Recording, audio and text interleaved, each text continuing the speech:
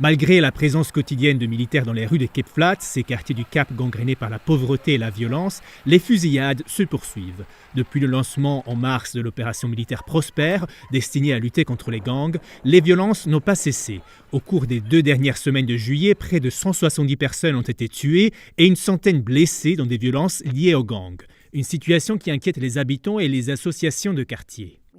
Nous avons des fusillades tous les jours.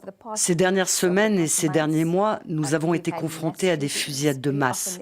Très souvent, on a l'impression que les gangs sont prévenus à l'avance de l'arrivée des forces de l'ordre.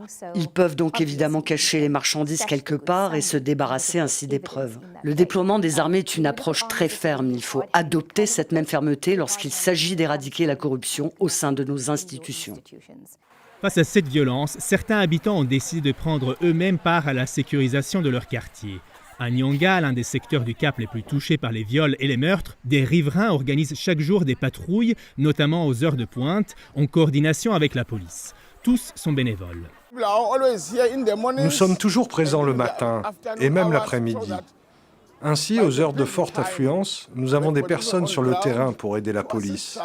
Il faut se rappeler que la police, à elle seule, ne peut pas lutter contre la criminalité. Tout le monde doit être partenaire dans ce combat. Grâce à cela, nous avons commencé à constater des changements et une légère baisse de la criminalité. L'armée avait déjà été déployée dans les Cape Flats en 2019, sans parvenir à faire reculer durablement l'influence des gangs.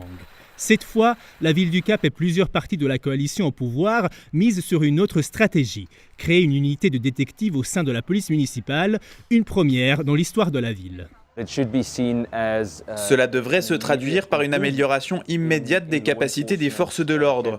Imaginez simplement que du jour au lendemain, vous puissiez déployer une centaine ou 200 détectives supplémentaires de la police municipale dans les Cape Flats, par exemple.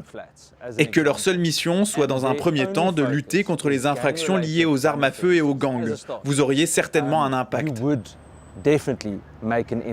L'opération Prosper, désormais étendue à l'ensemble du pays, doit prendre fin en mars 2027.